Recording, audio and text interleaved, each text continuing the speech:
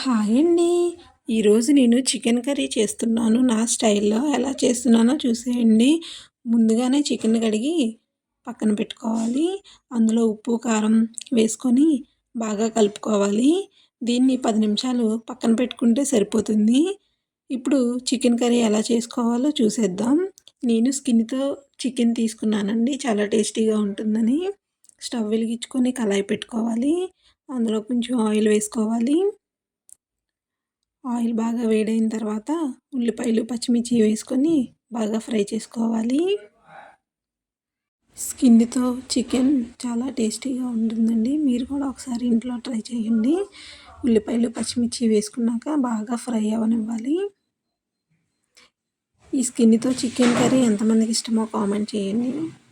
ఈ ఉల్లిపాయలు, పచ్చిమిర్చి బాగా ఫ్రై అయిన తర్వాత టమాటీలు కూడా వేసుకొని బాగా ఫ్రై చేసుకోవాలి. టమాటీలు తొందరగా ఫ్రై అవ్వాలంటే కొంచెం సాల్ట్ వేసుకొని బాగా ఫ్రై చేసుకోవాలి. సింపుల్గా టేస్టీగా ఈ చికెన్ కర్రీ చాలా టేస్టీగా ఉంటుందండి.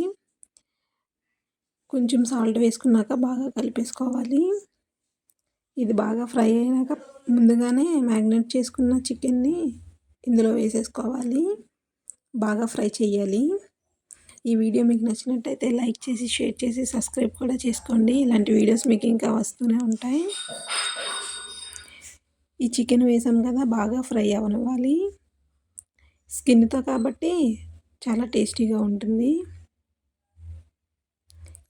ఇది బాగా కొంచెం ఫ్రై అయిన తర్వాత అల్లం వెల్లుల్లి పేస్ట్ వేసుకొని బాగా ఫ్రై అవ్వనివ్వాలి.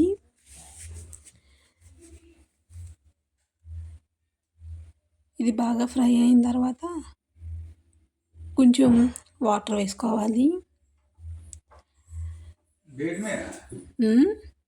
ఈ వాటర్ అంతా దగ్గరికి ఇంకే వరకు ఉడకబెట్టుకోనివ్వాలి. ఇదిగోండి, చికెన్ కర్రీ చక్కగా రెడీ అయిపోయింది. వేడివేడిగా చికెన్ కర్రీ రెడీ. బయట వర్షం పడుతుంది. ఈ చికెన్ కర్రీ వేసుకొని అన్నం తింటే చాలా టేస్టీగా ఉంటుంది. ఇదిగోండి, టేస్ట్ చేస్తున్నాడు ఈ అబ్బాయి.